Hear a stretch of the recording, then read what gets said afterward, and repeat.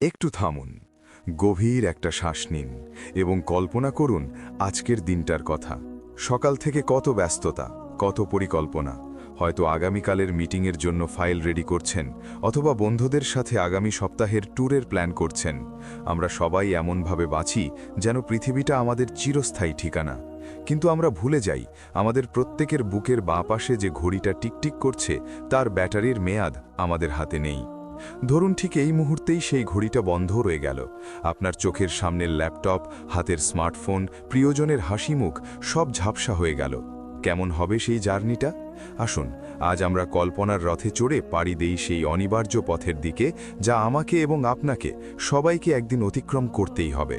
চারপাশে প্রিয়জনদের কান্না, ডাক্তারদের ছোটাছুটি সবই আপনি দেখতে পাচ্ছেন, কিন্তু কোনো আওয়াজ আপনার কানে ঢুকছে না।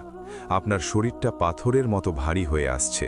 পায়ের পাতা থেকে এক অদ্ভুত হিমশীতল অনুভূতি ওপরের দিকে উঠে আসছে। এটি সাধারণ কোনো অসুস্থতা নয়, এটি সাকারাতুল মউত। ঠিক সেই সময় আপনার ঘরের ছাদ বা দেওয়াল ভেদ করে এমন কিছু সত্তা প্রবেশ করবে যা আপনি আগে কখনো দেখেননি। মালাকুল মউত বা মৃত্যুর ফেরেশতা। এখানে দৃশ্যপট দুই ভাগে ভাগ হয়ে যাবে। আপনি যদি দুনিয়াতে আপনার রবের প্রিয়পাত্র হয়ে থাকেন, তবে মালাকুল মউত আসবেন এক পরম বন্ধুর বেশে। তার সাথে থাকবে জান্নাতের সুঘ্রাণ। তিনি আপনাকে বলবেন, হে পবিত্র আত্মা, চলো তোমার রবের ক্ষমার দিকে, যেখানে শুধুই শান্তি। তখন মায়ের কোল থেকে শিশু যেমন আগ্রহ নিয়ে ওঠে, আপনার রূহ শরীর থেকে ঠিক সেভাবে বেরিয়ে আসবে। কিন্তু হায়, যদি জীবনটা কেটে থাকে অবাধ্যতায়, তবে মালাকুল মউত আসবেন ভয়ঙ্কর রূপে। তিনি আত্মাকে নির্দেশ দেবেন বেরিয়ে আসার, কিন্তু ভয়ে আত্মা শরীরের শিরা উপশিরায় লুকিয়ে যেতে চাইবে। তখন কাঁটাযুক্ত ডাল যেমন ভেজা রেশমি কাপড়ের ভেতর থেকে টেনে ছিঁড়ে বের করা হয়, ঠিক তেমনি যন্ত্রণার সাথে রূহকে বের করা হবে।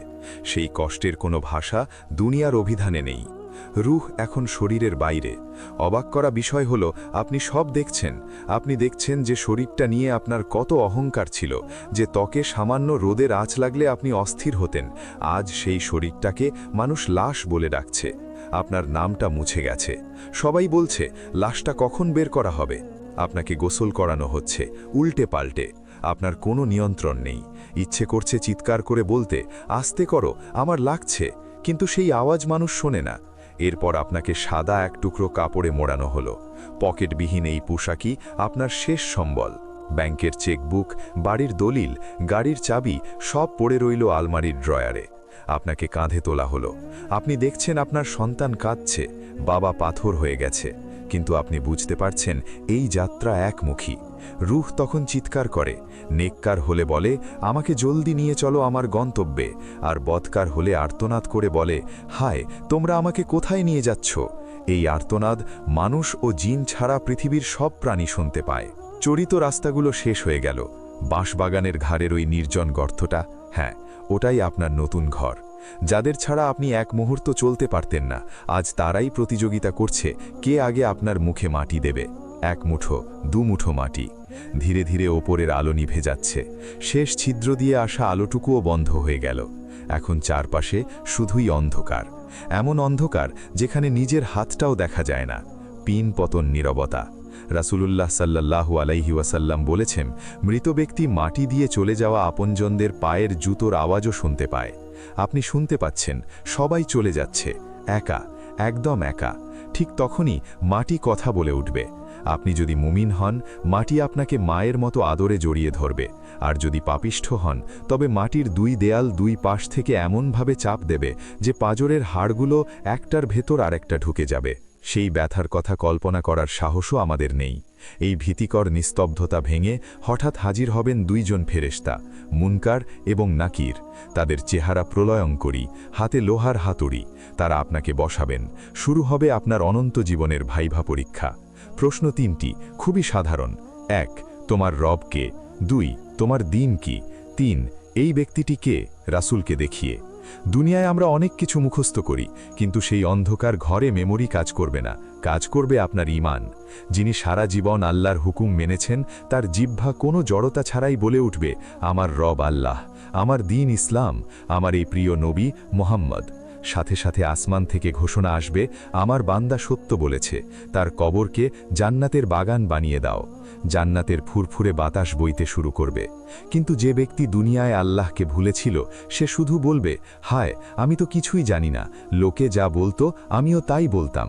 তখন তার জন্য অপেক্ষা করছে জাহান্নামের আগুনের বিছানা এবং ফেরেশতাদের লোহার হাতুড়ির আঘাত। পরীক্ষা শেষ, কিন্তু কায়ামাত পর্যন্ত এই দীর্ঘ সময় আপনি কার সাথে থাকবেন? হঠাৎ দেখবেন আপনার পাশে একজন বসে আছে। যদি আপনি নেককার হন তবে দেখবেন চাঁদের মতো সুন্দর এক ব্যক্তি যার গা থেকে সুঘ্রাণ বের হচ্ছে। আপনি অবাক হয়ে বলবেন, কে তুমি?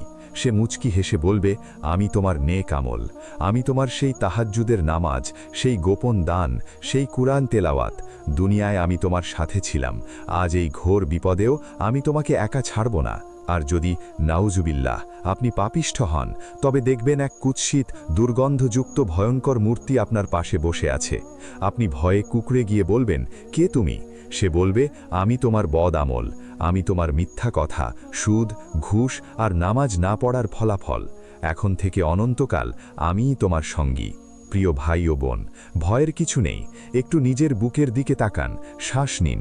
আলহামদুলিল্লাহ, আপনি এখনও কবরে যাননি, আপনি এখনও বেঁচে আছেন, আপনার সুযোগ আছে। ওই যে কোটি কোটি মানুষ মাটির নিচে শুয়ে আছে, তারা যদি আজ মাত্র 1 মিনিটের জন্য দুনিয়ায় আসার সুযোগ পেত, তবে তারা পৃথিবীর সব সম্পদের বিনিময়ে হলেও একবার সুবহান আল্লাহ বলতো, একবার সিজদায় মাথা নত করত। কিন্তু তাদের সেই সুযোগ শেষ। আপনার সুযোগ এখনও আছে। এই ভিডিওটি দেখা হয়তো আল্লাহর পক্ষ থেকে আপনার জন্য একটি সতর্কবার্তা। আসুন আজ এই মুহূর্ত থেকেই আমরা তওবা করি, জীবনের হিসাবটা মিলিয়ে নিই। কারণ মৃত্যুর ফেরেশতা কার দরজায় কখন কড়া নাড়বে তা কেউ জানে না। আল্লাহ আমাদের সবাইকে কবরের অন্ধকার থেকে রক্ষা করুন এবং ঈমানের সাথে মৃত্যুদান করুন। আমিন।